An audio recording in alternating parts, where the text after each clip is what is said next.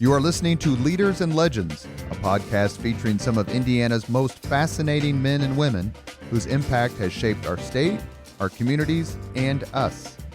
Join us as we discuss their imprint on our history. Leaders and Legends is brought to you by Veteran Strategies Incorporated, your local veteran business enterprise specializing in public relations, media relations, public outreach, crisis communications, and digital photography. My name is Robert Bain, Principal of Veteran Strategies, former Deputy Chief of Staff to Mayor Greg Ballard, and Communications Director for the Indiana Republican Party. I'm honored to be your host for our discussion. You are listening to Leaders and Legends, a podcast presented by Veteran Strategies, a local veteran public relations enterprise, and sponsored by Girl Scouts of Central Indiana, Garmong Construction, the Crowne Plaza Hotel and Grand Hall and Conference Center at Historic Union Station, the law firm of Bose, McKinney, and Evans, and the Bose Public Affairs Group, the McGinley's Golden Ace Inn, and MacAllister Machinery, your friendly neighborhood Caterpillar dealer. Thank you for joining us on the Leaders and Legends podcast today. Our guests are Lynn Vincent and Sara Vladic. They have authored the definitive account of the famed USS Indianapolis, the ship and crew of which we are all so proud of here as residents of Indianapolis and as Hoosiers, veterans, Americans, and people who think so highly of the greatest generation. Lynn and Sara, thank you very much. Thanks, Robert. It's nice to be here. Very quickly, please tell us about yourself. Lynn, I know, is a U.S. Navy veteran, and since I'm an Army veteran, we tend to treat veterans with respect, unless they were in the Navy, and then we make exceptions. But please go ahead, Lynn, and then go ahead, Sara. Tell us about your career and what kind of led you to collaborate on this book. Well, thanks, Robert. I'll have to make fun of you later for serving in the Army, but for now, I'll say that I started off as a magazine writer for World Magazine and worked there for 10 or 11 years before moving into books. And I was always really inspired by narrative nonfiction books like the ones written by Mark Bowden, like Black Hawk Down, or John Krakauer, Into Thin Air. Laura Hillenbrand's Seabiscuit. And so these kind of real, true adventure stories really inspire me. And hadn't really been able to write anything like that until a young filmmaker named Sara Vladic contacted me out of the blue in 2011 and said that she had been in a relationship with the survivors of the USS Indianapolis. At that time, I guess it was for 10 years, maybe, Sara, is that right? And said, and Sara had actually written a screenplay and pitched it to a major network, and they said, "Hey, this is the best thing we've seen since Band of Brothers, but we only base miniseries on books, so you'll need to write a book." And Sara, that's interesting. Yeah, well, the business model for film was different back then, and Sara was a filmmaker by trade, and she's like, "Darn it, I don't know how to write a book." So she reached out to me. And this is Sara. And yeah, at the time, I actually got interested in the story of Indianapolis itself back in middle school, like early freshman year of high school. And just that, what an incredible story it was. I didn't think it was true, so I went to the library. I saw it in a documentary, and they kind of reduced it to a single line, which was it was the ship that carried the bomb and was sunk at the end of World War II, and that's all it said. And so when I looked into it, and that got the interest going. But then when I graduated later on from college, I thought, well, no one's made a movie about this yet. I'm going to make a movie about this. And I was working in film production and working as a writer and interning and doing all those things, those fun things. But in the background, like, I loved true story. I loved veterans. I loved history. And this story of Indianapolis kept popping up, and I really wanted to meet the survivors of it. And so I reached out to Paul and Mary Lou Murphy, who were at the time the chairman and secretary of the survivors organization, and they invited me to a reunion in Indianapolis, and that was in 2001. And that was a huge deal for me. It was like, imagine, your biggest heroes, celebrities or whatever, category those heroes fall into. But for me, it was veterans. I was absolutely that nerdy kid, but I loved our military heroes, and I just couldn't believe I got to go hang out with them. And Jimmy O'Donnell was there, and John Gamosian, and just, at the time there was 117 survivors still living. And so going to the reunions was quite the event. And just started visiting them, hanging out. And next thing I know, Mary Lou and Paul and several of the guys sat me down at a fabulous Denny's in Las Vegas and said that they wanted me to be their storyteller. And so that's kind of the origins of all this. But it started off really, like Lynn said, as being a movie. And then by the, we did a documentary called USS Indianapolis: The Legacy with my film business partner, Melanie Johnson. And, while that whole time, while that was happening, we were negotiating about the screenplay and doing the movie and miniseries. And then I really, had my heart set on and prayed about and was very involved with getting the right person to do this book, because I had no idea what I was doing and I wanted advice. And turns out that my mother-in-law had Lynn come speak at her book club, and I needed the email. I asked for the email, and I was scared to death because Lynn was this incredible author and, just such a role model and so talented. And here was me, this dorky, 20-something-year-old who really just wanted to make, a movie and a book and tell this Indianapolis story. And we connected, and, long story short, we talked for a while, and we turned out to be great friends. And we decided, we both, soon realized that we wanted to work together. And the collaborating process was incredible. I mean, I'm not even blowing this out of proportion. She has become one of my best friends, and we work so well together, and we have so much fun, and we laugh, and we talk about food and coffee and chocolate a lot, but we get it done. And so it's been this amazing experience, and, nothing short of a mini miracle of working together and pulling this off to be able to tell this story properly. Well, as a dorky 50-some-year-old who decided to email Lynn out of the blue and got a very gracious, very kind response based on my request to have you both on the podcast, I feel your pain, Sara. It took me one or two passes in my email before I felt confident enough to send, and I'm glad that you two. Same thing. I'm glad that you two connected, She later pulled up the email that after we became besties, she later pulled up the email and counted, I think, 16 drafts before she something like that. It was some super embarrassing high number of drafts. Well, let me go on just for another little bit.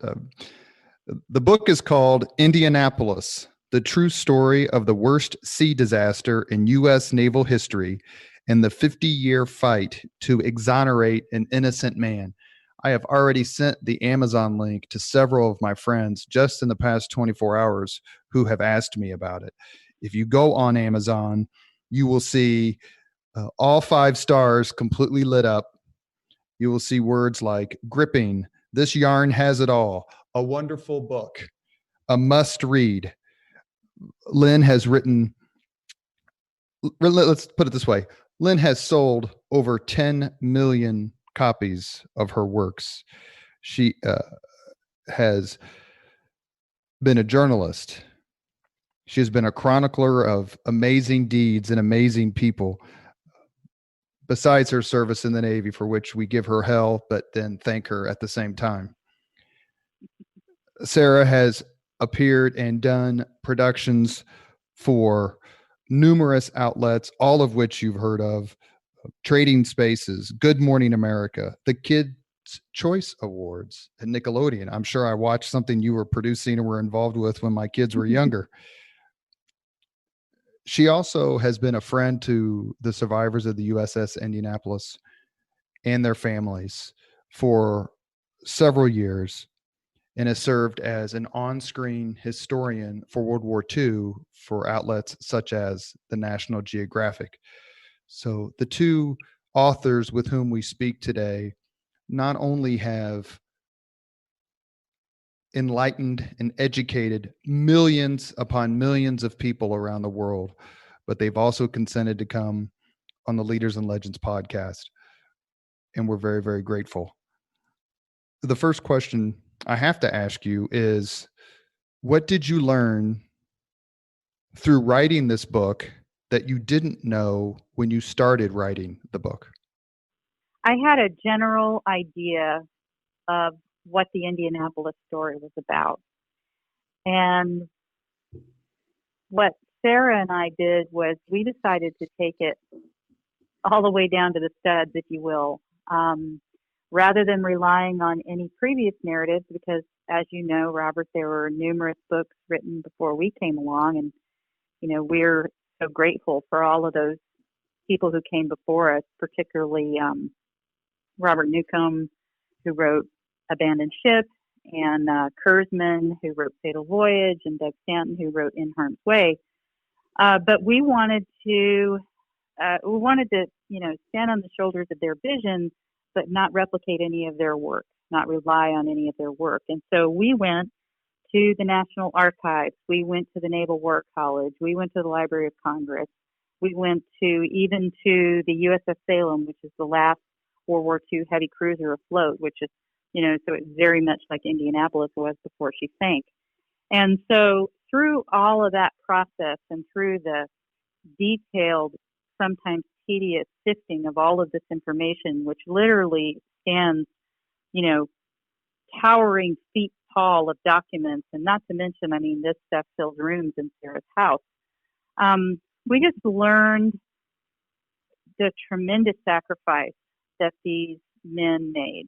And we learned the tremendous sacrifices that their families made. We also got to know them more as people. Sara has a lot longer relationship with the survivors than I have. And so I think she said when she started building a relationship with the survivors, there were 117 living. When I started building a relationship with the survivors, there were only about 34 living. And so you can see the big gap there. But nevertheless, what that really inspired me to do was to get to know the men who had already passed on. And that was such a blessing for me.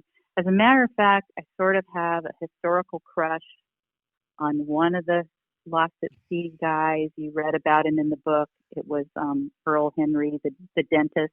The dentist. The dentist, yes. And I think I sort of fell in love with him because his living son, passed on to us 160 pages of love letters that Earl had written to his wife.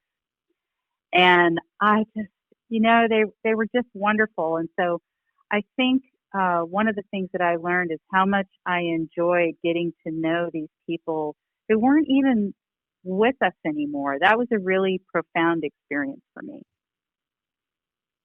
Sara? I would kind of add on to that too. And I think for me, I've worked on this story and been part of it, this Indianapolis thing, essentially my entire adult life since I was 21 years old. And so I graduated college and kind of walked into this. And I have such a profound respect for all veterans, just especially with the World War II generation and what they did and what their wives did at home and what people did at home for the country. And, I don't think I understood that fully until I got to know the guys and their families, and to, be able to kind of have a small peek into what their lives were like in in the 40s, and then all the way since then, and the ups and downs and what they've survived through, and the friendships that they formed, and despite all odds, came out with a positive outlook, and just how they face things. I think that taught me more than anything. When I sit here and I'm grumpy about something, or the status of the world, I think I can reflect on them and how they handle it. And it just gives me a much clearer perspective on the bigger picture. And I think also I learned the importance of sharing this with kids. I didn't see it fully until we did the documentary and we shared it with classrooms. And teachers would often have their students write us letters. And from those letters, we got things from, we're talking as young as fourth grade, watched this program and sent things and said, I finally understand what people mean when they say the cost of freedom. Or I finally, I want to talk to my grandfather about their service. Or I see the need for standing for the flag. I respect that. And that came from young kids. And so, when we set out to do this or tell this story, I'm not sure who I had in mind to be the one embracing it, but to see kids see it and understand it and respect it, and then want to, turn around and extend that respect to those around them, their teachers, their elders, their communities. I mean, that's a big deal. And I that's just something that I didn't see coming, and I'm just so darn proud of and in awe of, Well, it's certainly something that I wanted to ask you, and I'm going to ask this question now, even though I had it written down to ask later. And this question is only related to my personal experience. When I was interviewing Sammy Davis for the podcast, I could barely keep it together just for his sacrifice and all that he did. And one of our sponsors is MacAllister Machinery, and the chairman of MacAllister Machinery, P.E. MacAllister, who was a supporter of the USS Indianapolis group, recently passed last October at the age of 101.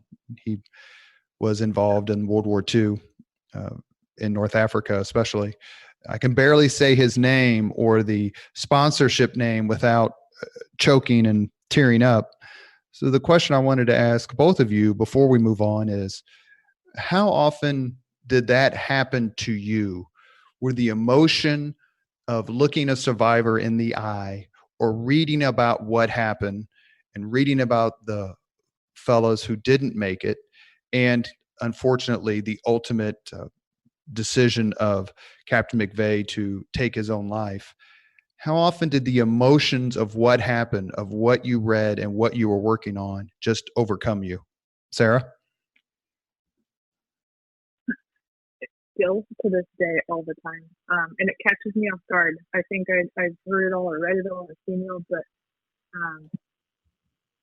during the interview process was really where it got me the most, because, I'm sitting in their living rooms oftentimes. And, I did interviews with 107, I believe, of the survivors and rescue crew and family members. And we would be, the whole goal of it was to sit down and have a conversation, and the camera just happens to be rolling. So it's not a traditional interview per se, but by the time we were done, almost on every single occasion, the guys are crying, I'm crying, the camera guy is crying, we're all just a hot mess. And it happened 107 times, and it happens even when I see clips of the interview. There's just parts of it that choke me up. And I know Lynn will probably share this story too, but we show when we're speaking and we share the story, we usually start with a trailer. We have a 2-minute video clip.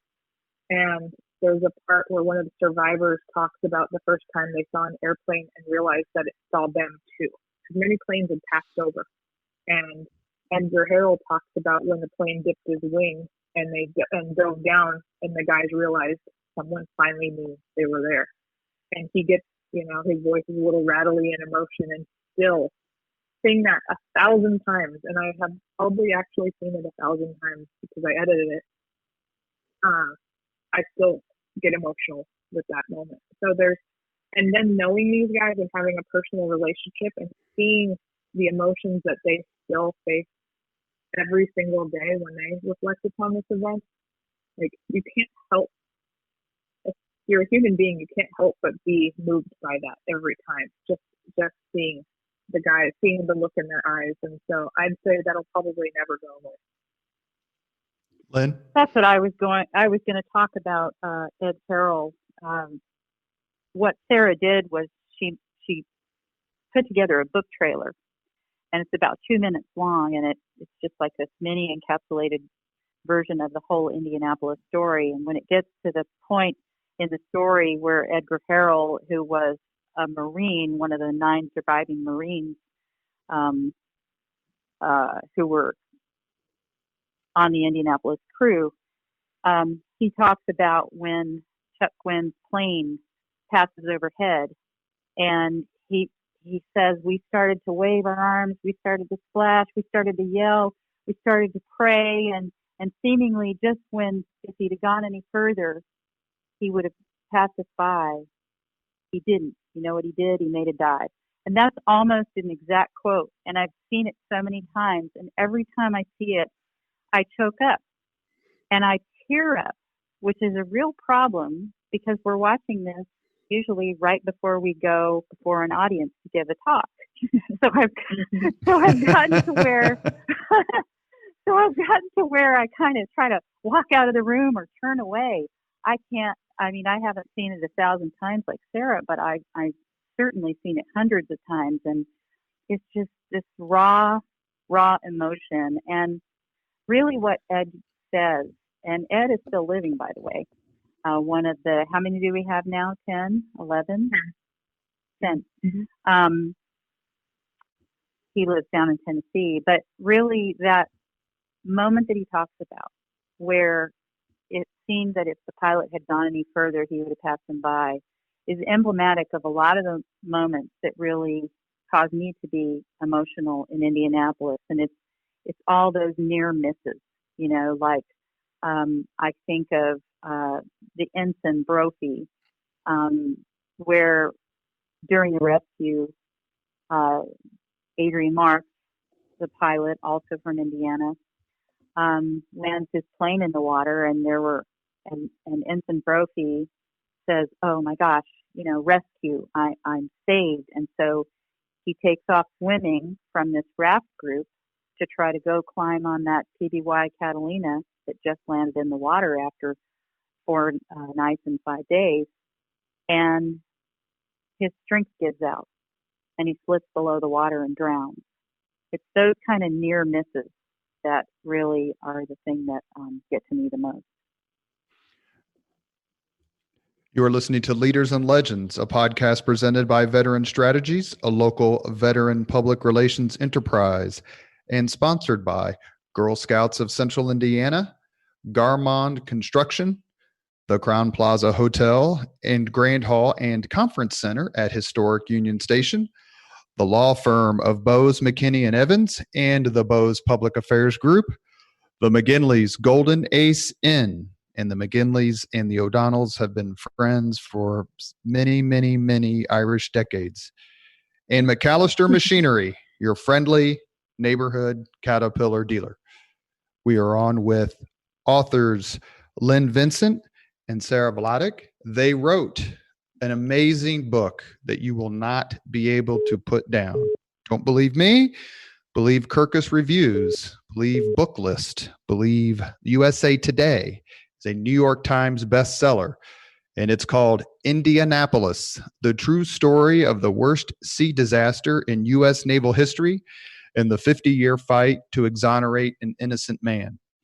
Thank you both for coming on. One thing I wanted to ask very quickly is, why the USS Indianapolis? There were plenty of ships, whether they were battleships or aircraft carriers, that were equally famous, equally celebrated, but yet you chose the Indianapolis. Is there a particular reason? I mean, obviously we know some of the reasons, but you could have chosen other ships. You chose this one. Why? I think the Indianapolis is little known as the icon that she was and is. There are so many people that know the Indianapolis story only as a sinking story or only as a shark story. But the truth of Indianapolis is that she was the Pacific fleet flagship. I mean, it was from her decks that Admiral Raymond Spruance really plotted out the path from Pearl Harbor to Japan, capturing all those islands in between, taking it in turns with Admiral Halsey, but really Spruance was the mastermind behind that. Also, in that way, she was the sort of the bookend to Pearl Harbor, the bookend to the USS Arizona, where Pearl Harbor was the beginning of the war. Indianapolis was the end of the war. She was the last major vessel sunk in World War II, and also, of course, having delivered the atomic bomb, played a critical role in actually bringing the Pacific War and therefore all of World War II to an end. So I think for me, there are so many heroic vessels, and I got to read about so many of them and learn so much more than I had known before about World War II. And I know I'm biased here, but, to me, she was just one of the most iconic ships ever.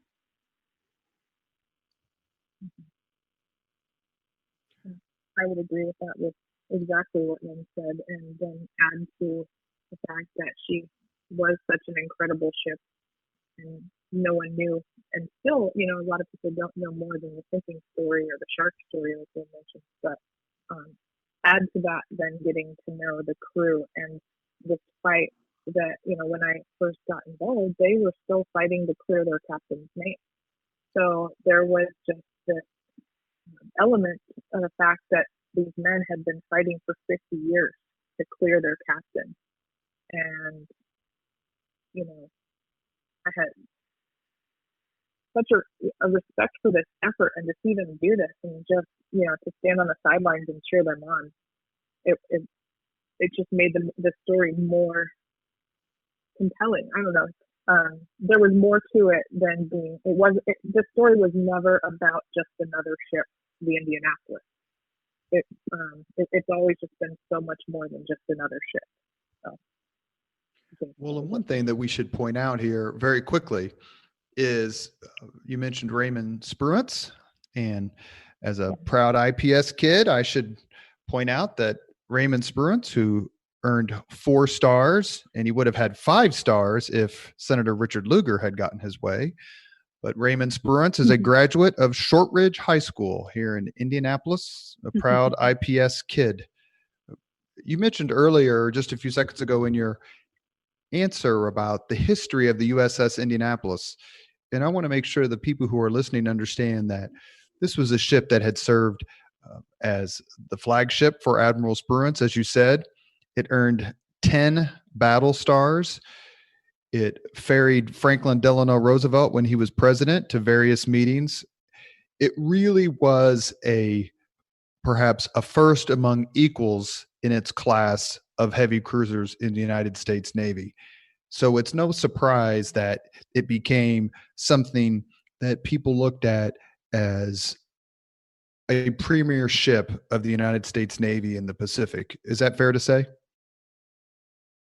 I think that's fair to say. I think one of the things that's interesting about that in terms of being a premier ship is that she was actually an older vessel.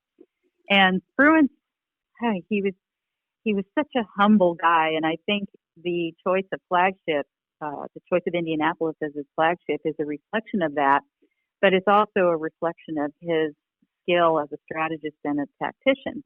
So instead of choosing an aircraft carrier or a battleship, he chose a cruiser, and an aging one at that, because Indy, I think, was already 12 years old by the time that's right.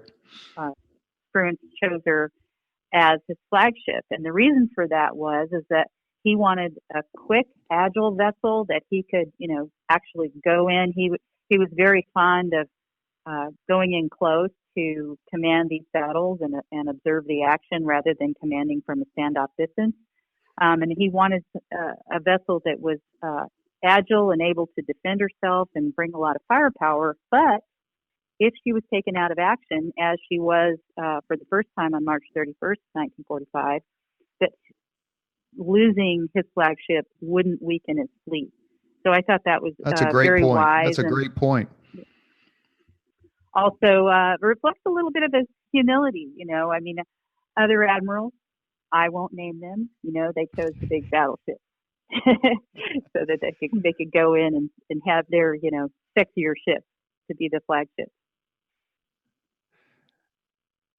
Sara, what do you think?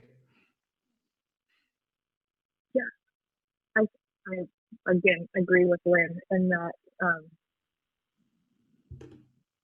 I think of what Indianapolis said. You mentioned with the president, it was the first time that an acting president was taken out of the country, and it was aboard Indianapolis for the Goodwill Tour in South America.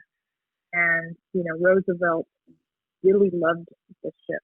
And, one of the things we get to talk about very briefly in the book, but, we could have gone on and on, is about how they have these dances on the deck, these nighttime dances with foreign leaders and dignitaries, and just, there's almost like a romantic part about this story. We very much paint her as this, almost a woman in the story, and that's because that's how a lot of the sailors and crew felt about it, and the leadership as well.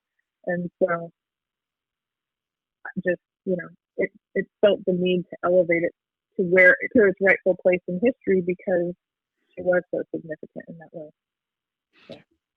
It would be remiss of me, quite frankly, and I had this written down to make sure that I don't forget it, but it is my great uncle, whose name was George Murray. It was my grandmother's brother, who served in the Pacific in the same fleet that the USS Indianapolis did. He drove an LST for 7 major invasions. He got drunk and was thrown in the brig and missed Iwo Jima. But he got lucky. He got lucky enough to come back for Okinawa. And it's at Okinawa, I believe, that the Indianapolis is hit by it's a bomb, I believe. A plane's coming right at it. It releases its bomb, and Indianapolis sustains significant damage. Then it goes and gets repaired. And it's while it's being repaired, and you guys correct me if I'm wrong, it's while it's being repaired that Captain McVeigh, Charles McVeigh, gets the assignment that involves Little Boy, the atomic bomb that was dropped on Hiroshima. That's correct. And, just one of the scariest things we had to do after we finished this manuscript was to submit it to Admiral Sam Cox, who is the director of the Navy History and Heritage Command. We didn't have to. We just wanted his opinion. And the reason I bring him up is because Indianapolis was selected to carry the bomb, and this was the most highly classified naval mission of the entire war. And it is said that the reason that she was selected is because the USS Pensacola, who was also in dry dock, failed her sea trials. So after the Pensacola was repaired, she failed her sea trials.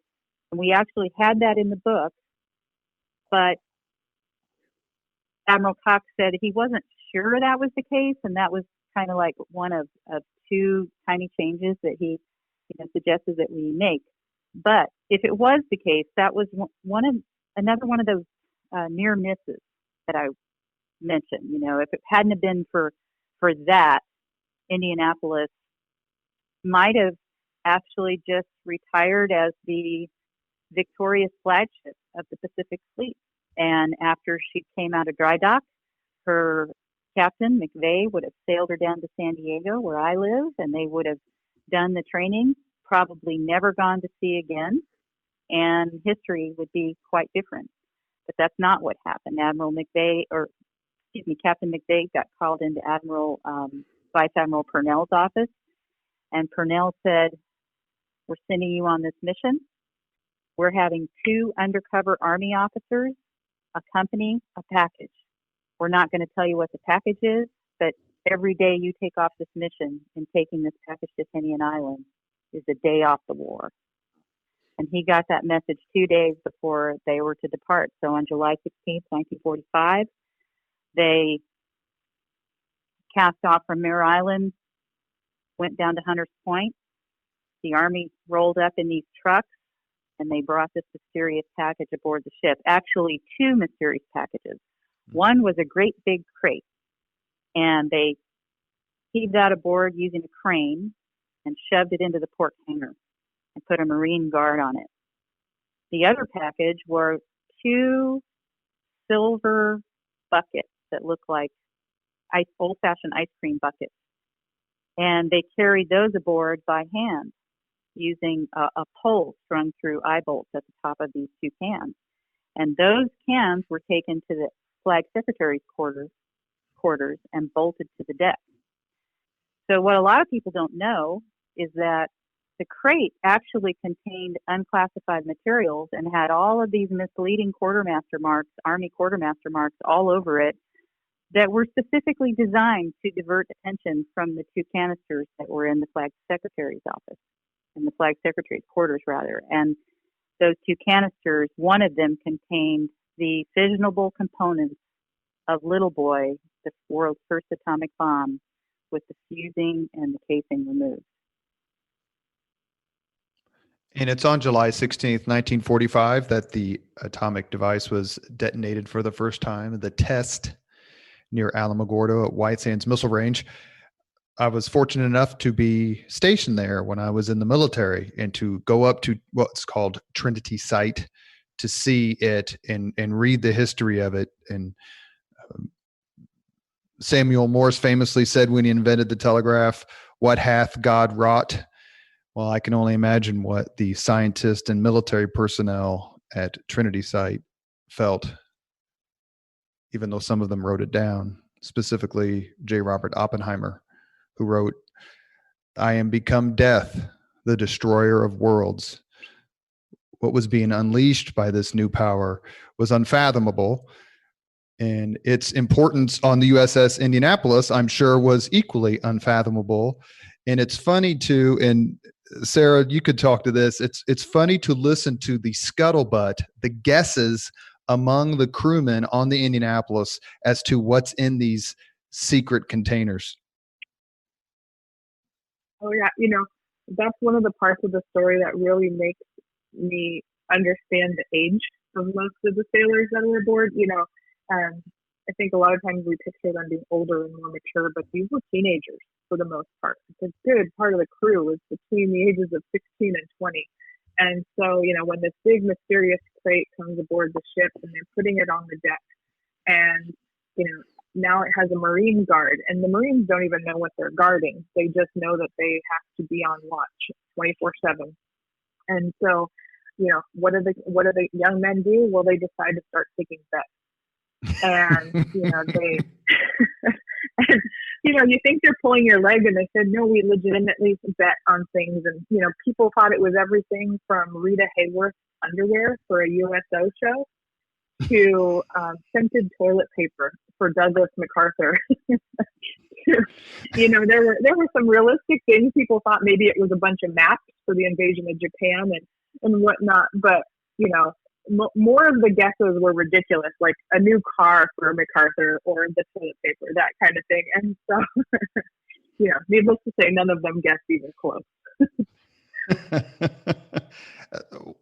They deliver the material, for lack of a better term, to the island of Tinian, and that's where the bomb is put together and eventually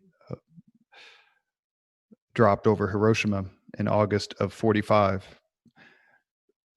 But then from Tinian, they're going to, I believe, the Philippines is their next stop. Is that correct? They go to the Philippines, Leyte, Philippines, via Guam. And Guam is where things start to go wrong. Guam is where McVeigh meets with Admiral Crowne, and Admiral Crowne says, I don't need you for the flagship right now. Why don't you go over to Leyte and get that refresher training that you were supposed to get in San Diego? Because one of the things a lot of people don't know is that when they were at Mare Island under repair from the kamikaze attack, a third of the crew turned over. So you have new sailors and new officers, some many of whom had been civilians just 3 months before. So typically what would have happened is they would have gone from Mare Island to San Diego and trained up all these sailors and officers, and then they would have gone to sea. So Struan says, hey, go over and get that training. And so Captain McVeigh goes to get his routing brief at the routing office in Guam. And also he goes to see an old friend of his, a Commodore. And at both of those places, he is assured, for different reasons, that the Philippine Sea is safe. And what Indianapolis is routed to do is to make almost a straight westbound shot from Guam to Leyte, Philippines, on a route known as Route Petty. And the Commodore tells him, you know, the Japanese are on their last legs. There's nothing to worry about. Those are his exact words. The Japanese are on their last legs. There's nothing to worry about. And then at the routing office, he is assigned a speed of advance that is not sufficient to outrun submarines.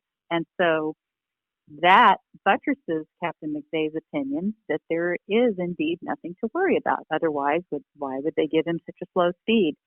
And then the third thing that happens is that they don't assign Indianapolis an escort. One of the little-known programs in World War II was the escort program, which was this escort duty was undertaken by destroyers and a ship that's actually called a DE, or a destroyer escort. So a ship like a cruiser did not have underwater sound gear. So they would usually send a destroyer or a DE with a ship like a cruiser, so that if they did run into any enemy submarines and were attacked, either the destroyer could fight off the attack, or if the submarine did get a hit on an American vessel, the destroyer could then come along and pick up any survivors. But at Guam, Captain McVeigh was told, you know, you don't need a destroyer. The Philippine Sea is safe, like we said. So under all of those conditions, on July 26, 1945, they take off westbound from Guam. There are 1,195 men aboard, Sara? Right. Yeah, 1,195 men aboard. And it's just this, you know, routine, relaxed sail that they're taking off on. I left out one thing, though. The fourth thing that went wrong at Guam was that the surface operations officer at Guam and the Commodore at Guam were in receipt of top secret ultra intelligence information that said that a quartet of Japanese attack submarines was headed from Japan down into the Philippine Sea. And they had specific information that one of them, I-58, was supposed to operate west of the Mariana Islands, which is the island group that contains Guam. So under all of these conditions, with the deck unknowingly stacked against him, Captain McVeigh sets out on July 26, 1945.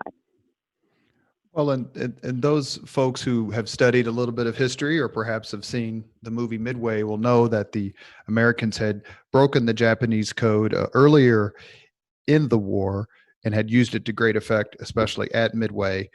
But one of the things that I find so interesting when you read about it, and obviously this is before they know that the atomic bombs are going to compel the surrender of Japan.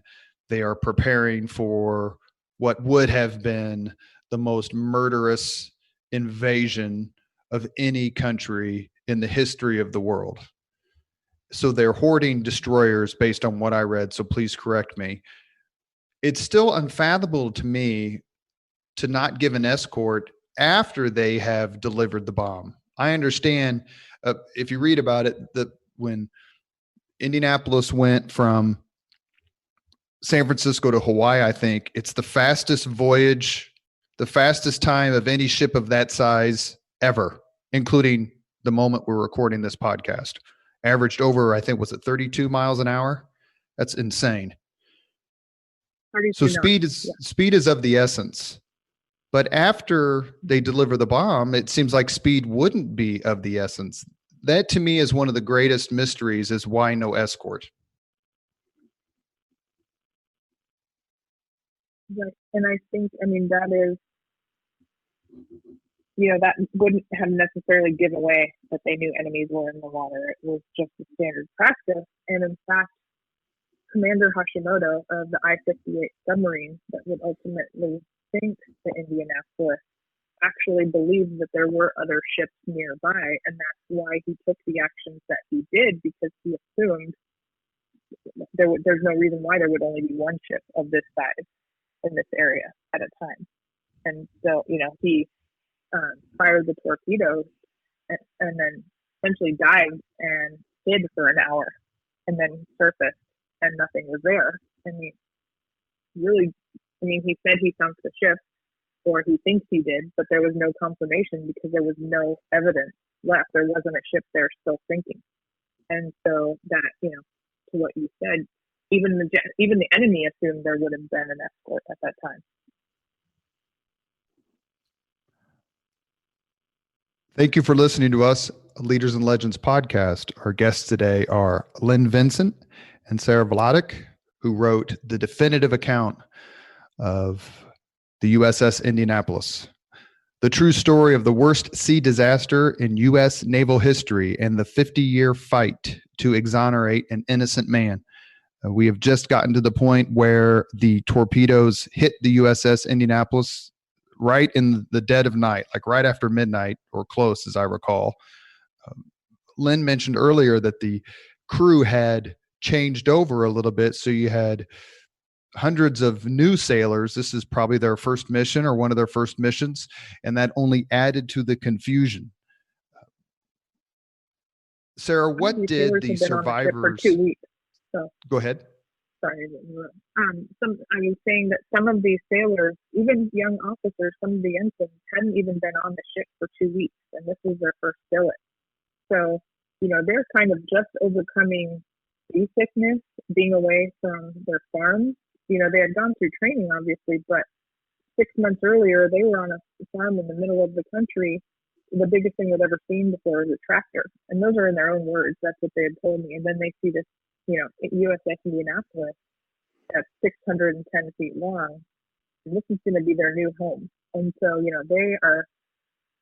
they're as green as you get. And this is their first experience at sea and in the war.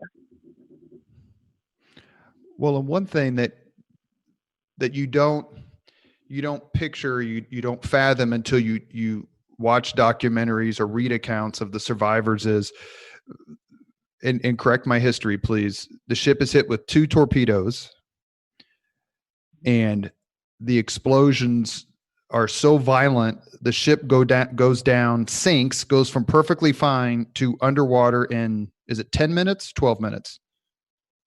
12 minutes. Yes, the first torpedo hit at the 12th frame, and what that did is it tore off the bow almost instantly, and it was dangling there and kind of serving as a rudder. And so this is allowing the water to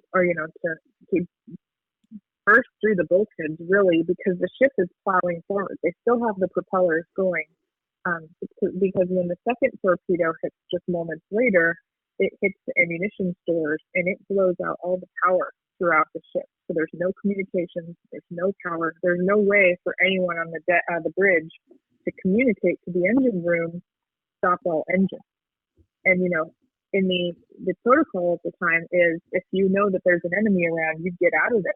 Okay. So if you imagine the engine room says, okay, we're under attack, keep going forward. They can't see that the front of the ship is missing and it's open like a mouth and all this water is rushing in, sinking the ship very, very quickly. And so there's, like I said, there's no communication, there's no light. It's a pitch black night. The men said that you could barely see your hand in front of your face. So without any kind of light and without direction and without anything coming over the PA, because on a ship of that size, all communications, all commands, everything would be announced over the announcer, the PA system. Well, they didn't have that. So they're waiting for commands on what to do that would never come. They couldn't even hear when, about 6 minutes in, when the ship had nearly a 90-degree lift, meaning tilting to the starboard side, that McVeigh gave the orders to abandon ship. And that had to be carried out man to man. yelling because there was no announcing system available for them to inform the ship. So the ship was merely, going down by the nose as the men are starting to, to start abandoning ship, to start getting life-saving devices. And as you said, this all happened in 12 minutes. So this is just after midnight. The men had just lain down, started going to bed for the night. Half of them are in nothing or, maybe skivvies because it's very, very hot in the Pacific in the summer. And so they're sleeping, they're laying on the deck all over. And 12 minutes later, they're swimming in the middle of the Pacific Ocean in pitch black night, wondering what the heck just happened. They have no idea. They didn't see it coming, and it happened so fast, they weren't even able to get out proper communication without power. They weren't be able to communicate with each other. Most of them just realized they're swimming, and some of them were even alone. There were a few groups that were spread out from the time the started abandoning the ship to the time the ship sank 12 minutes later. The men had traveled about a mile, and so if people started abandoning ship right away, they were spread out over this mile to begin with, not knowing how many survivors there were. And some groups, they thought they were the only survivors with, like Captain McVeigh, for example, ended up having a raft. He was one of the very few that had rafts. And out of the 1,195 men, only about 30 men got on a raft. So McVeigh and the 9 men that happened to get on the raft, they thought they were the only survivors. So imagine that feeling in the middle of this vast Pacific Ocean with the closest land being 280 miles away.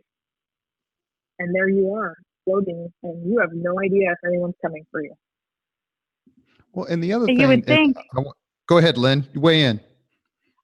I was just going to say, and after that initial shock, what's interesting is that when the sun came up the next day, there was a lot of optimism because they said, oh, we're supposed to report for gunnery practice in Leyte, Philippines tomorrow, the 30th of July, 1945.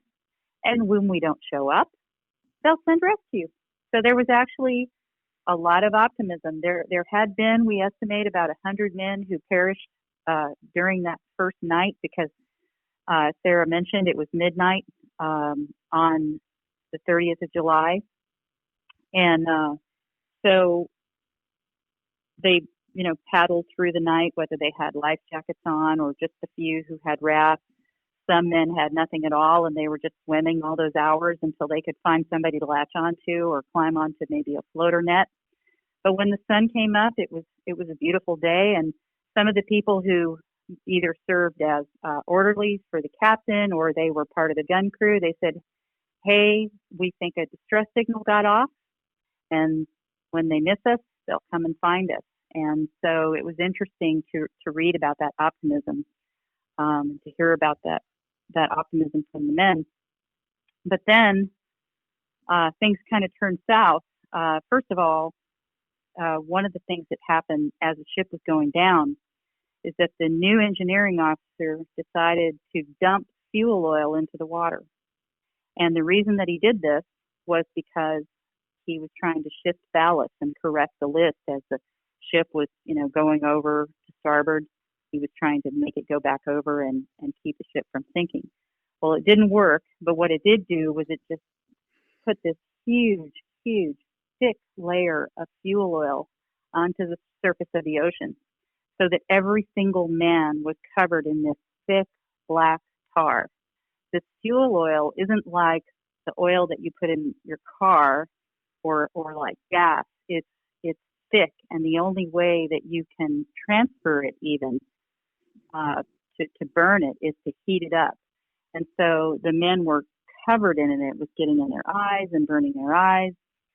So, as if that wasn't bad enough, on that first morning, what happens is the sharks show up. And that's, of course, one of the things that you hear about it every year when Spike TV runs Shark Week. But what's interesting is that the shark population in the South Pacific was exponentially higher then than it is today. So you hear these men talk about these stories, And of course, the South Pacific Sea is so beautifully crystal clear that the men said they could see straight down for maybe 50 feet before the water sort of turned opaque.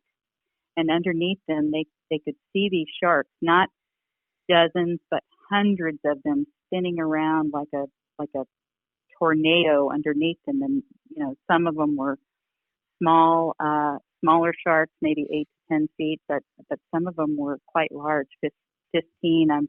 How big was the biggest one, Sara? I want to say Lyle Umenhofer described one as being over 20 feet. Yeah, over 20 but feet. Those he would say they would be the slow ones, that it was the small ones that were meaner, but the big ones would just slowly swim by them. Yeah. So some guys, they would. Go ahead. I would just say,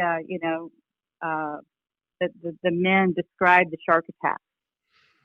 There was this one sailor named L.D. Cox, and he was floating with his buddy, and then a shark just roared up, grabbed his buddy, and pulled him underneath. And it was so close that the force of the attack made a wave break over L.D. Cox, just like he was on a beach.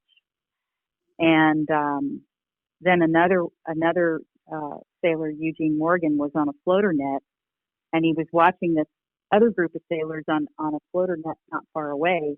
And he said all of a sudden about 10 sharks hit that floater net, and it was just fins and froth and chaos and screams, and then there was nothing. And so the men endured that day after day after day, 4 days of that in the water. Well, the other point I wanted to make was, and you guys have described it so incredibly well, is there was the oil. Not only that, there was the sun. So you're constantly being burned by the sun all day. You're also swimming about, bobbing about in salt water, which when they begin to get rescued, their skin starts to come off. People start to pull them out of the water onto the boats or to the airplanes or ships, and they're pulling the skin off these men because their skin is so corrupted.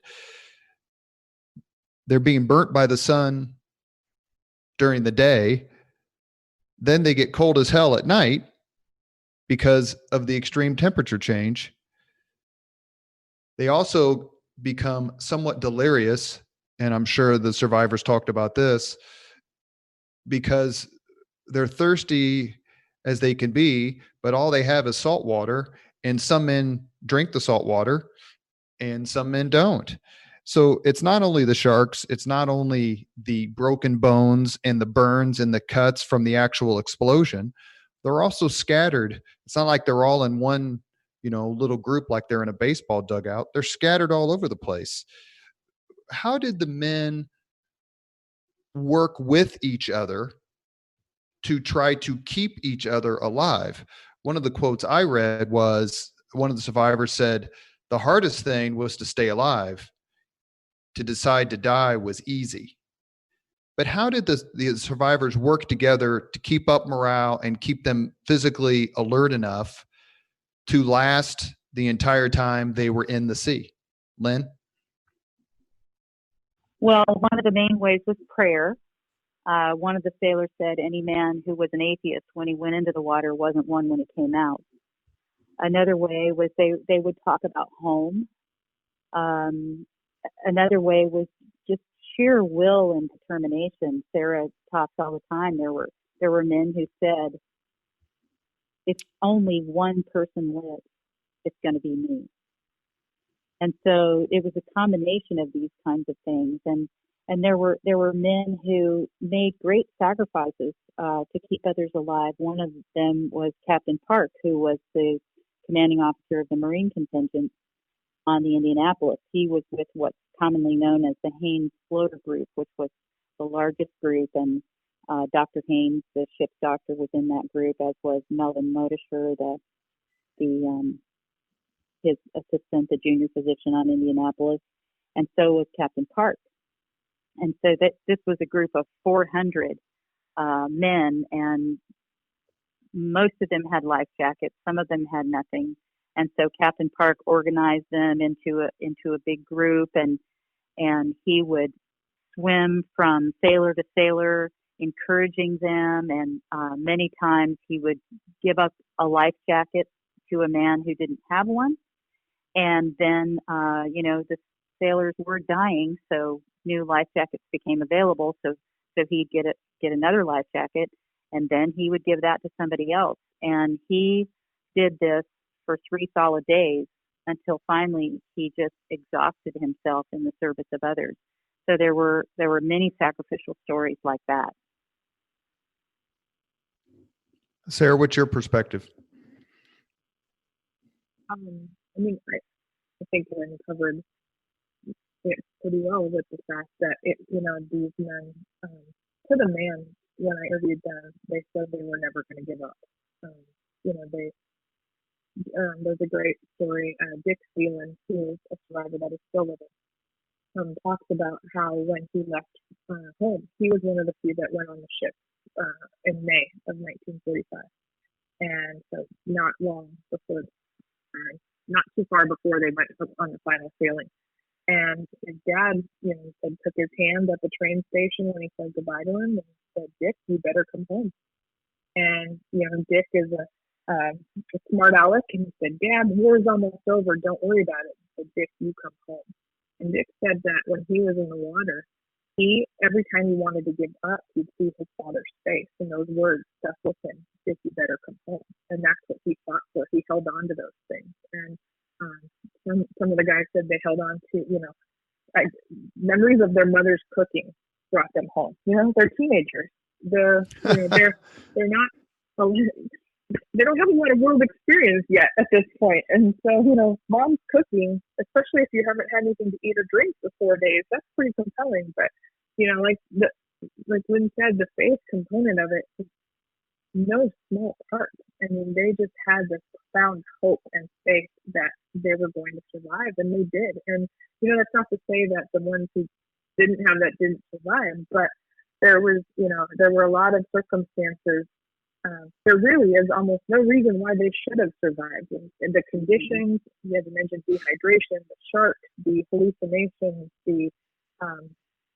and even, at some point, by Wednesday night, they started turning on each other because of these hallucinations and believing that the buddy next to them was an enemy trying to kill them. They'd turn on them. So there was, every circumstance. And the fact that no one knew they were missing to find them, there shouldn't have been survivors, and yet there were.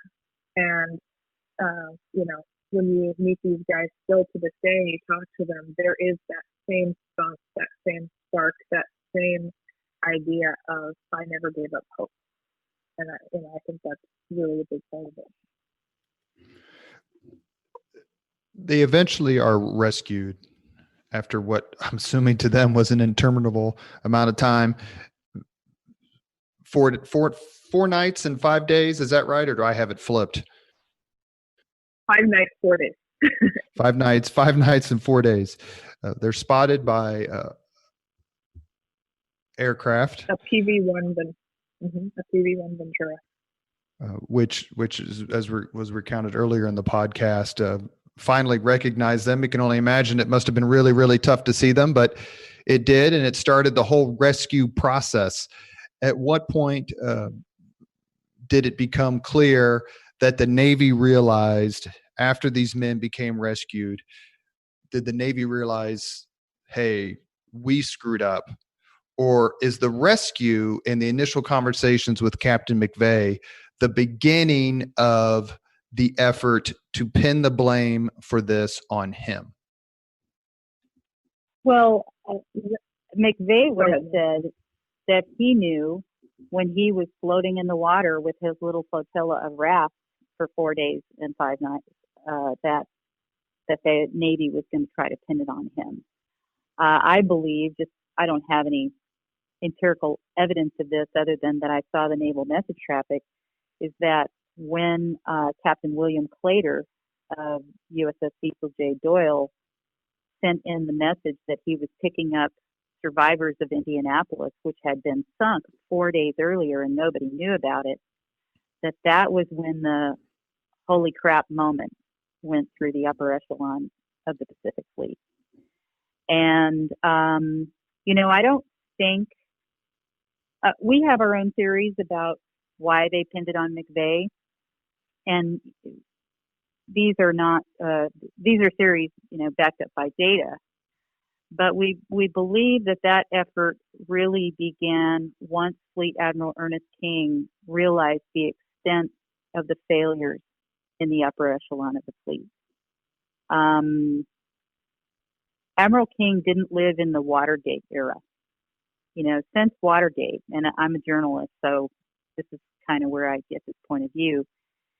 Since the Watergate era, tearing down heroes and, reflective iconoclasm has really marked our national life, right? Prior to Watergate, we held our military leaders in high esteem. We held our government leaders in high esteem. And military leaders held each other in high esteem. And our research showed that there were a lot of admirals who should have been held accountable for the sinking of Indianapolis before Captain McVeigh ever got a look. And we believe at the end of the day, after a really thorough investigation, that's why Admiral King realized that. And he didn't want to parade those heroes of the World War II Pacific in open court in front of an adoring public. Instead, it was easiest just to pin the blame at the lowest level. And for those of you who don't know, we're referring to Ernest King, who was Chief of Naval Operations, 5-star Fleet Admiral, who had a run-in, I believe, with Captain McVeigh's father, who was also a career naval officer. Do you really think that affected Admiral King's performance and attitudes towards this controversy, things that had happened earlier in King's career, or is that overhyped? I don't think it affected it at all. There were actually two investigations. There was a court of inquiry at Guam right after the rescue. It commenced on August 13th, 1945, which was just a few days after the men were rescued. And after that, actually the court of inquiry recommended that McVeigh be court-martialed for negligence and hazarding his ship. But King really didn't feel that the court of inquiry people did a good job. And so he ordered a second investigation, and it's now sort of referred to as the Naval Supplemental Investigation. And nobody pulled any punches in that review. And that it was through that investigation that all of these things came to light about the fault of the Commodore in the Philippines, who never tried to find out why Indianapolis hadn't shown up yet, about the fault of the service operations officer at Guam, who knew about these submarines in Indy's path and yet didn't divert her and did nothing. The failures at Pearl Harbor in terms of the intelligence coups that they had received. And so it was kind of like Fleet Admiral King set this ball rolling downhill trying to find out what really happened. And when he found out what really happened, he was like, oh, shoot, I don't really like where this is going. And part of the evidence for that is that he ordered the court-martial of Captain McVeigh to be expedited even before all the evidence was in. And the specific evidence that wasn't in was the testimony of all of those admirals. And at the court-martial itself, and this is astounding, I did not know this before I started reading about it a little bit. The commander of the Japanese submarine I-58 that sank the USS Indianapolis, the commander testified at McVeigh's court-martial and basically said there was nothing that McVeigh could have done to avoid my torpedoes. Do I have that right, or am I mixing it up a bit? That is correct. It actually is profound because it was the first time in history the enemy was brought in to testify against one of our own. And so this was a national scandal. I mean, it was on all the newspapers. People wrote in letters of, you know, everything you can imagine, and those all still exist in the National Archives. You can actually see them. But it was a big deal for him to come in and testify. And then when he did testify, he actually, you know, he understood enough English, but he could not speak it, very well. And so he actually said he would have sunk the ship no matter what, but the translator did not translate it that way. And he said to his dying day, Hashimoto, felt such remorse for that he couldn't convey that himself in the proper way. Talk to us a little bit, Lynn, about the results of the court-martial, and then a little bit about what happened in 1968 with Captain McVeigh and what drove him to commit suicide that day. Well, the results of the court-martial were that Captain McVeigh was convicted of negligence in hazarding his ship, and those were the legal results. The personal results were that there were a lot of families who blamed McVeigh after this, even though he was sent out with a low seat of advance, even though he wasn't given intelligence, even though he wasn't given an escort. As far as these families, they didn't know all those technicalities. They said, okay, the Navy said it's Captain McVeigh's fault. It's Captain McVeigh's fault. And for the rest of his life, he would receive letters. First, it was a huge river of these letters, horrible acid pen letters that said things like, if it weren't for you, I'd still have a husband. Or if it weren't for you, my daughters would be spending Christmas with their father. And these letters continued to come on birthdays and Christmas and the anniversary of the sinking. Meanwhile, Captain McVeigh, he never was in command again. He retired a couple years later in a quiet ceremony, and then he went into insurance. And it wasn't until 15 years past, 1960, when the men invited him to the first ever USS Indianapolis Survivors Memorial Reunion, which was held in the city of Indianapolis, the ship's namesake city. And they invited him to be the keynote speaker. And to a man, none of his crew blamed Captain McVeigh for what happened. And not even all the families did. I want to be clear about that it was just some of the families that did. And so it was a really moving moment, I think. He was very nervous about going to that reunion. And he flew in and landed at the airport, and not really knowing how the men were going to receive him. And I can barely tell this without getting choked up. But, in those days, they didn't have jetways like we have now, where you walk sort of right into a hallway and up into the terminal. They had the loading stairs, and they would, climb down the loading stairs and walk across the tarmac. So he gets to the top of the loading stairs, and he sees these two lines of people, almost like a gauntlet. And it's 25 carloads of men and their families, survivors and their families, that have come to the airport to greet him. Sorry, I get choked up. And when he gets to the bottom of the ladder, somebody yells, "Attention on deck." And all of those men, who some of them are, young boys who've now become young men, and some of them are young men who've passed into middle age, they all snap to attention. And he walks across that ramp, and they all begin to cheer. So that's a really special moment. And the reunion was very special. It was the first time that many of them had seen each other, or even, to be honest, talked about what happened to them, because most of these men never told anybody about those days in the water. And Sara, I'll let you pick up from here. What it's really cool about this part of the story, is the fact that the wives, and many of them are, married by now, they talk about this was the first time they were able to share with anyone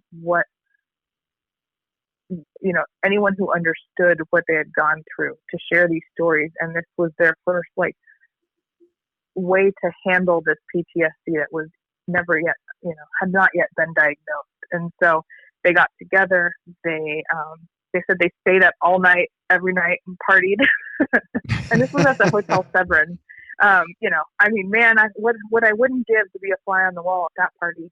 And in fact, actually, the reporter, I have to look up his name, but the reporter who covered that is actually still living in Indianapolis. And he, should there be a reunion this year, he is planning on attending. And we'll have to find out who that reporter is. That's absolutely, we need to do that. I have his name. I just don't know it off the top of my head, but I can send that over to you. But he covered this event, and like I said, it's at the Hotel Severin. And I was speaking with survivor Dick Thielen this morning, and he showed me a picture of all of them gathering at Victory Park to take the picture. And there was over 200 survivors there. And just what a reunion it was. And so, Dick still chuckles about it and how they all remain friends. And in fact, the pilot, Chuck Gwynn, who was the one who spotted them in the water, became very good friends with many of them. And Dick was telling me how he and another survivor who were still living by the name of Harold Bray and Chuck Gwynn would all go on camping trips and cruises together after the war. And I was like, you went on a boat again? I don't know how to go on a boat again. I would have Jerry to. LaFollette. Yeah, Jerry. I would have to put myself. I was born in '67, so I remember seeing the movie in the theater, like I think every other living person. But it's 1975, and the movie is Jaws. Mm-hmm. And I didn't really understand what was being said. I just remember going, ooh, cool, an Indianapolis reference. There weren't that many back then. Indianapolis wasn't the city then that it is now, a Super Bowl hosting city. But I do remember asking my dad. Now, both my parents were in the Marine Corps, and they were history buffs. And I remember kind of asking them later about what does that mean? And they didn't even really know. What was the impact of Quint's speech about the USS Indianapolis? What was the impact on the survivors, A, and B, did any of them, I've always wanted to ask this question, and I didn't have the stones to ask Mr. O'Donnell, but were any of them in the movie theater just innocently going to see this blockbuster movie, and then all of a sudden they start talking, Robert Shaw starts talking about something that they actually experienced? Lynn? I can tell you, I will let Sara speak to the second part of that, but I can tell you that part of the impact on the survivors was that many of them, as I had mentioned before, had never spoken of what happened to them in 1945. So here it is, 30 years later, and their families don't even know. A lot of them, maybe their wives knew, but their children didn't. So, for example, wasn't it Jim Belcher who went to see the film, Sara? No, David Thielen. David Thielen? Okay, you take over then, because I thought it was Jim. So, as Lynn was starting to say, most of the guys did not talk about this, did not think about it, did not want to read any book or watch any movie that had anything to do with sharks in it at all. So there was a survivor by the name of Bob Goff who actually he was a fisherman, and he actually was a shark hunter. And so even though Jaws wasn't based on him, there was a lot of characteristics that were similar. But for the most part, these guys definitely did not go see Jaws or didn't happen to go into that movie. But as I was saying, their children did. And most of them were teenagers at the time, or a little older. And Dick Thielen's son, David Thielen, went to watch it, and he came home from the movie theater that day, and he went to his mom and said, "Hey, Mom, I saw this movie, and there was this amazing part where there was this guy, and he served on a ship called Indianapolis, and he was a shark hunter, and he talked about all these shark attacks, and the mother said, go talk to your father. He was on that ship.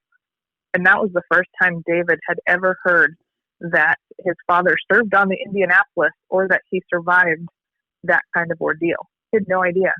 And there's dozens of similar stories to this, but they had no idea that their fathers had gone through this. That's how close or tight-lipped they were about the story and what they survived. They knew that their father was in the war. They knew that they had nightmares and that their mothers helped, deal with those nightmares, but they had zero idea what they went through. Some read the first book Lynn mentioned earlier, Abandoned Ship, and that's how Jim Belcher found out, was after reading the book. But with Jaws, they didn't even know that their dads had gone through that. It always strikes me as and by the way, that book is Richard Newcomb. I think I said Robert earlier, Abandoned Ship. But it always strikes me the difference between that era and this era. Mm-hmm. I mean, this era, if guys went through that, they'd be coming back and trying to get on the cover of People or get a book deal or, and those guys just came home, got married, went to work. Yeah. Watch Best Years of Our Lives, an Academy Award winning film that discusses that very topic, men coming home from war and reinserting themselves back into their family lives and home life. Is it fair to say that Jaws served as a catalyst for more reunions, more public accolades, and eventually perhaps putting the focus on the Indianapolis to the extent that Captain McVeigh eventually became exonerated?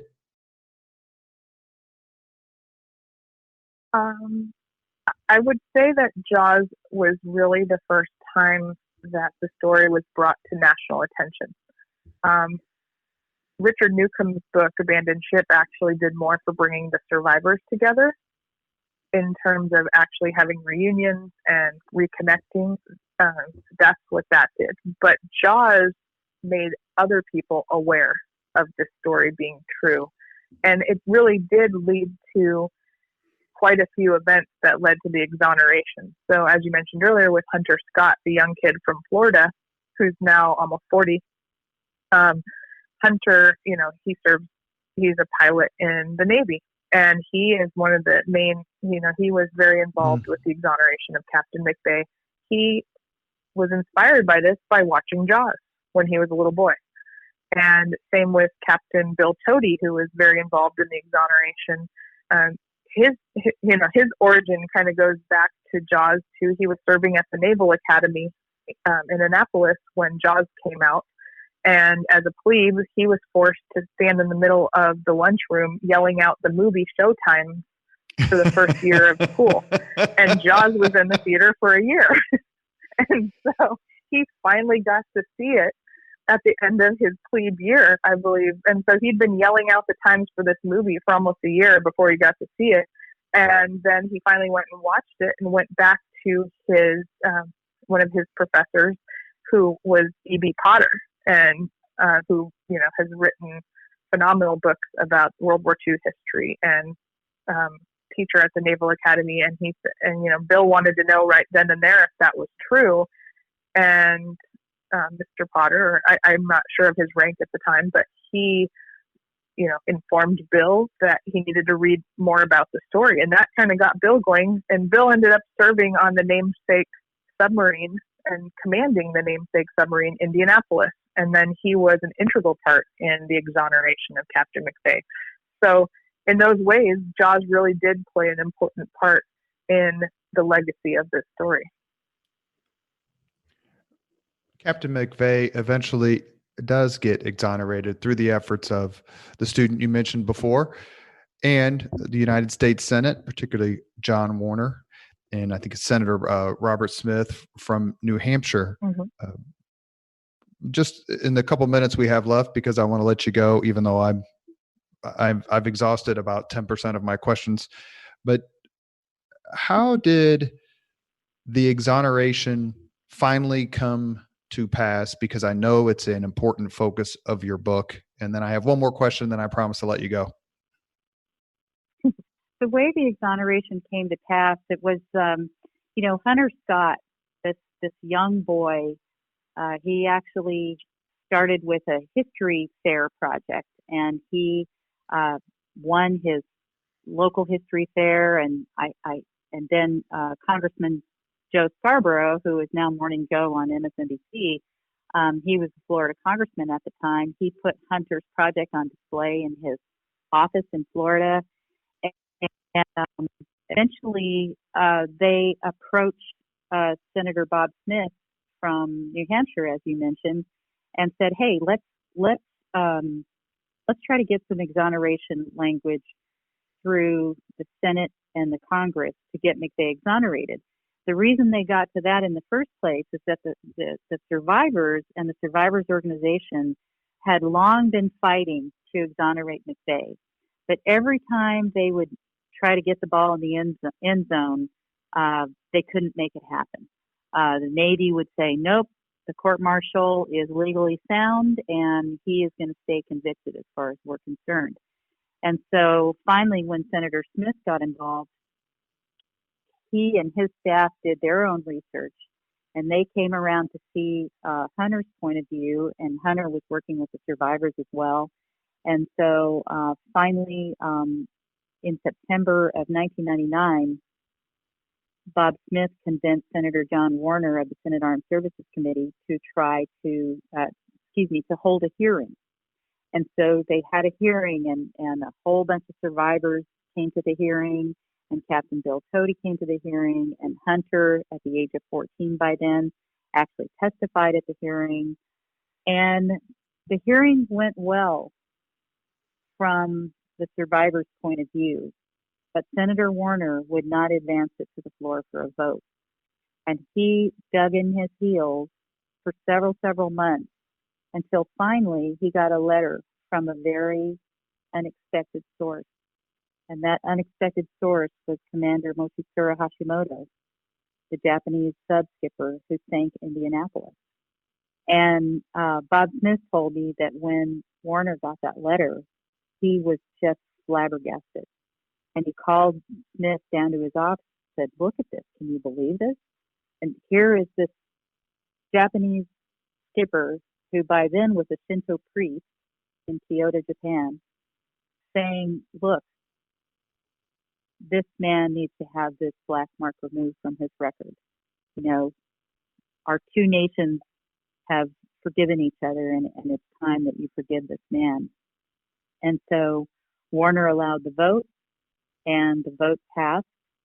And then Captain Cody entered that exoneration language into McVeigh's posthumous record, and that's how he was exonerated. And that was 2001.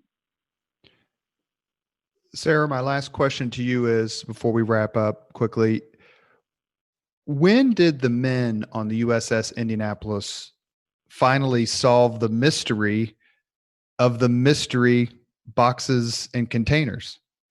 When did they realize that, oh my God, the atomic bomb was aboard our ship? So the men were in the hospital in Guam by then. This was on August 6th that announcement came over the loudspeaker. You know, some of the guys said they were in chow line or at lunch line. Others were still in hospital beds. But everything, the music stopped, and a speaker came over. A voice came over the loudspeaker announcing to everyone there, Japan has the bomb has been dropped on Hiroshima, and they're hoping for a surrender from Japan.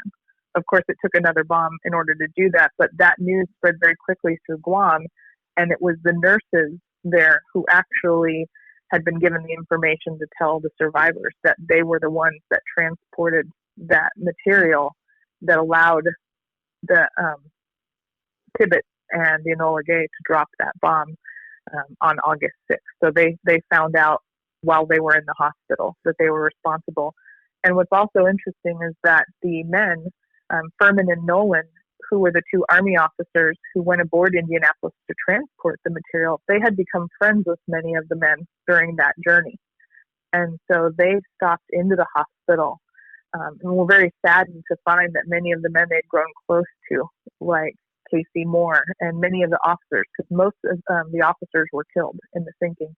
And so they were very saddened to find out that these men that they'd grown close to had passed away. But they were there and got to speak to the men that survived, and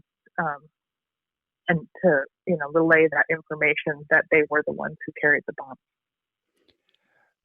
We want to dedicate this podcast to two proud Navy men, both of whom I have had the privilege to know and shake their hands. One of them is our current governor, Eric Holcomb, and the other is James O'Donnell, the greatest East Sider of all time. We thank them both for their service. We have been talking with Lynn Vincent and Sara Vladic, authors of an amazing book called Indianapolis, the true story of the worst sea disaster in U.S. naval history and the 50-year fight to exonerate an innocent man. It is on Amazon. I'll post the link when I post this podcast. Also, please go on Facebook and join the USS Indianapolis group. The Leaders and Legends podcast is going to make a donation. Actually, we're going to buy a bunch of T-shirts that are for sale, which I found out actually through Sarah's Facebook page. Lynn and Sara, thank you so much for your time. I am truly honored to be able to speak to two people who have dedicated so much of their time to honoring our veterans. Thank you very much for listening to Leaders and Legends, brought to you by Veteran Strategies Incorporated. If you want to contact us about this program or our menu of public relations services, please send us an email at robert@veteranstrategies.com. That's robert@veteranstrategies.com.